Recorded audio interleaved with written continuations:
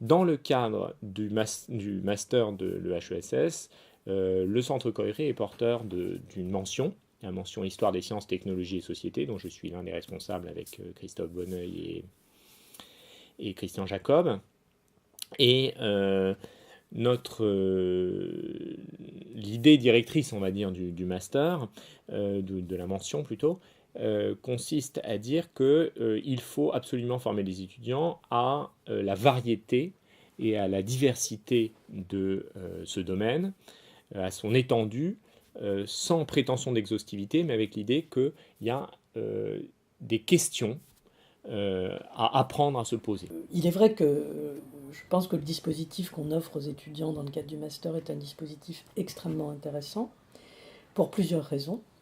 La première, c'est qu'il essaie de proposer un ensemble de séminaires et d'enseignements obligatoires, mais aussi complémentaires, qui rendent compte de toutes les manières que l'on a aujourd'hui sur la place de Paris, mais aussi à l'international, de faire de manière différente de l'histoire des sciences et des savoirs, par des approches plus philosophiques, plus sociologiques ou plus historiques. Le cœur de l'idée de l'École des hautes études en sciences sociales, c'est de former à la recherche, par la recherche, et donc ce sont dans le cadre de séminaires et pas de cours magistraux que les étudiants sont formés. Ce séminaire s'appelle Voir savoir, images et culture visuelle dans les sciences.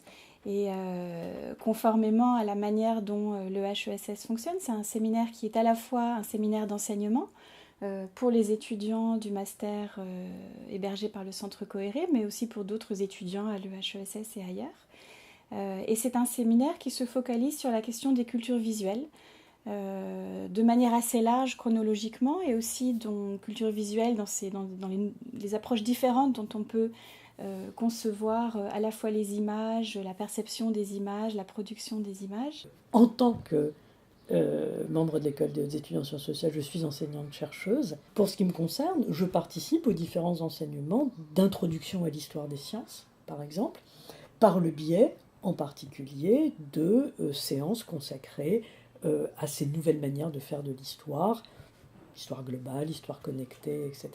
On peut intervenir en séminaire de recherche, ce que disait le camarade, c'est qu'on peut vraiment, si on a quelque chose à dire, faut pas hésiter, même si la question paraît stupide, entre guillemets, parce qu'il y a toujours un petit quelque chose sur lequel ils vont pouvoir rebondir et qui va nous faire avancer aussi un petit peu, quoi. Parce que forcément, discuter comme ça, sans, comment dire, assez facilement, quelque part, avec des chercheurs, avec des doctorants, c'est une super occasion quand on est en Master 1, en tout cas, même en Master 2, je pense, d'asseoir un peu sa réflexion, quoi, quelque part, c'est bien. Les étudiants sont des acteurs de leur formation, au moins autant que des auditeurs, et donc dans le cadre du séminaire, apprennent à connaître et apprennent à maîtriser les outils de cette histoire des sciences. Pour moi, l'articulation de la recherche et de l'enseignement est fondamentale. Elle n'est pas contraignante. Les deux choses vont de pair. C'est dans un même geste intellectuel que les choses s'articulent. Aussi parce que les masters et les enseignements doctoraux sont les lieux où nous exposons l'avancée de notre travail, contrairement à ce qui se passe à l'université. Je ne le dis pas du tout pour dévaloriser l'université, il y a simplement des fonctions différentes qui sont assignées à des institutions différentes. Donc les étudiants qui viennent de toute formation, de la biologie, en passant par l'histoire, la philosophie, la physique, les sciences de la communication. Et donc notre rôle, quand ils arrivent en master chez nous, c'est de leur transmettre ou de travailler avec eux de telle sorte à ce qu'ils acquièrent toute une série de références, d'outils constitutifs de ce que c'est que l'anthropologie, la sociologie, l'histoire des sciences actuellement. Les séminaires ici sont aussi des séminaires de l'école. Et en plus de ça, on peut aussi effectivement suivre des enseignements qui ne sont pas spécifiquement du Centre Coiré, mais d'autres départements de l'EHESS, et on peut les suivre en tant qu'étudiant ici. La plus grande partie des cours du master se déroule ici. Et puis on a une série d'enseignements qui aussi ont lieu in situ.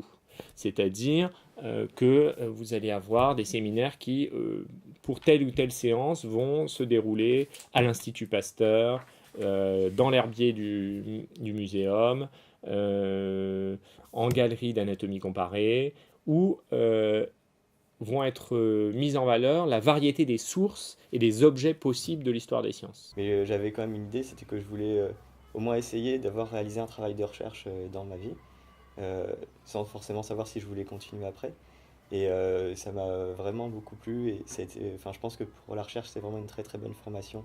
Le but du master, c'est de former à la recherche. Le but premier, c'est ça. C'est-à-dire faire des étudiants qui ne soient plus des étudiants, mais qui soient des chercheurs autonomes et qui puissent ensuite se lancer dans un travail de thèse et faire preuve d'originalité, d'inventivité dans ce domaine très vaste et assez bouillonnant et passionnant pour ça de l'histoire des sciences, des technologies. Nous avons maintenant un flot chaque année, depuis une bonne dizaine d'années, si on combine master et doctorant.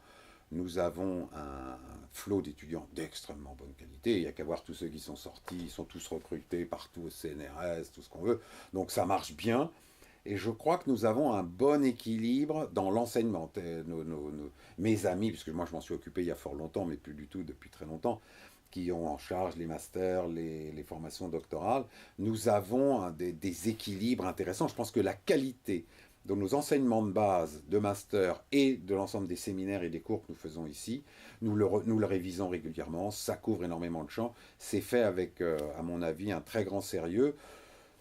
Peut-être que c'est toujours un peu excessif de dire ça, mais je pense que si la question est de savoir comment penser et écrire l'histoire des sciences en société depuis 5 siècles, alors nous sommes les meilleurs à Paris.